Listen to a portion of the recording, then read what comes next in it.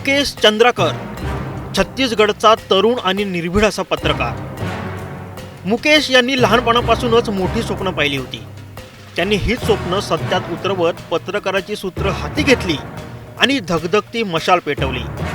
मात्र कोणत्याही दहशतीला आणि आमिषाला बळी न पडता जो भ्रष्टाचार त्यांनी उघडकीस आणला त्याच भ्रष्टाचारानं मुकेश यांचा जीव घेतलाय।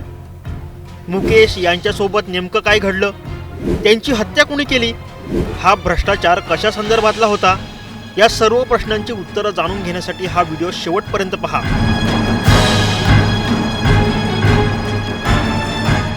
नववर्षाचा पहिलाच दिवस मुकेश यांच्यासाठी कर्दनकाळ ठरला। 1 जानेवारीला मुकेश गायब झाले। ही बातमी संपूर्ण राज्यभरात वाऱ्यासारखी पसरली आणि एकच खळबळ उडाली। त्यानंतर मुकेशची सर्वत्र शोधाशोध झाली। त्यांच्या भावानं पोलिसातही तक्रार दाखल केली। त्यानंतर पोलिसांनी तपासाची चक्र फिरवली। त्यांच्या फोनचे लोकेशन चेक करण्यात आले। मात्र त्यांचं शेवटचं लोकेशन आणि 2 दिवसानंतर भेटलेल्या मुकेशला नको त्या अवस्थेत पाहता सर्वांच्या पायाखालची जमीनच सरकली। रस्त्याच्या बांधकामाच्या ठिकाणी असणाऱ्या एका सेप्टिक टँकमध्ये त्यांचा मृतदेह आढळून आला आणि काळजात धस्स झालं। मुकेश यांनी बिजापूर येथील रस्ते कामात घोटाळा झाल्याचे उघडकीस आणले होते। गंगापूर ते नेलशनार पर्यंतच्या रस्त्याचे काम अतिशय निकृष्ट दर्जाचे होते। याच रस्त्याच्या कामासाठी 120 कोटींचा निधी मंजूर करण्यात आला होता। मात्र या रस्त्यात खड्ड्यांचे साम्राज्य होते, त्यामुळे यात घोटाळा झाल्याची बातमी मुकेश यांनी केली होती। पण हा घोटाळा बाहेर काढल्यानंतर याच रागातून ठेकेदारानं त्यांची निर्घृण हत्या केली। या हत्येनंतर मुकेश यांचा मृतदेह एका सेप्टिक टँकमध्ये टाकून दिला। मात्र पोस्टमॉर्टममधून समोर आलेला रिपोर्ट हा काळीच पिळवटून टाकणार आहे। डॉक्टरांच्या म्हणण्यानुसार 12 वर्षांच्या करिअरमध्ये त्यांनी अशा प्रकारची हत्या कधीच पाहिली नव्हती, कारण त्यांच्या डोक्यावर 15 जखमांच्या खुणा, यकृताचे 4 तुकडे आणि हृदय फाटलेल्या अवस्थेत सापडल्याचं म्हटलं जातंय। या प्रकरणाची पोलिसांनी कसून चौकशी केली असता त्यांच्या मारेकऱ्याला पोलिसांनी अटक केली। मुकेश चंद्राकर यांच्या हत्येतील मुख्य आरोपी आणि या हत्येचा सूत्रधार सुरेश चंद्राकरला अटक करण्यात आली आहे।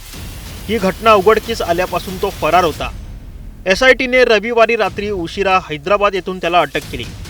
पोलिसांनी दिलेल्या माहितीनुसार सुरेश हा हैदराबादमध्ये त्याच्या ड्रायव्हरच्या घरी लपून बसला होता। त्याला पकडण्यासाठी पोलिसांनी जवळपास 300 मोबाईल नंबर ट्रेस केले होते। पत्रकार मुकेश यांचा तो काका असल्याचं सांगितलं जाते। या हत्येतील 3 सख्या भावांसह 4 आरोपींना अटक करण्यात आली।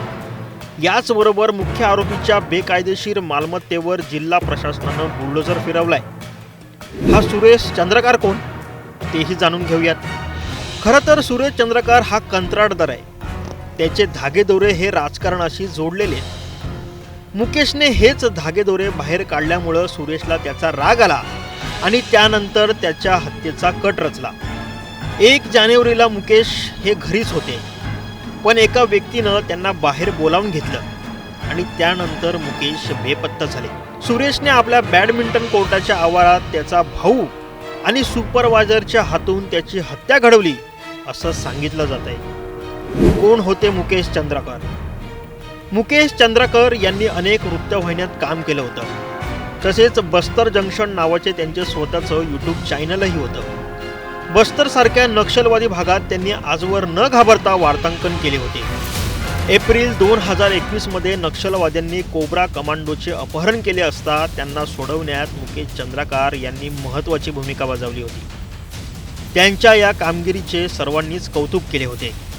मात्र मुकेश यांच्या हत्याऱ्याला पोलिसांनी अटक केली असून त्यांना न्याय मिळणार का, हेही पाहणं तितकंच महत्त्वाचं ठरणार आहे।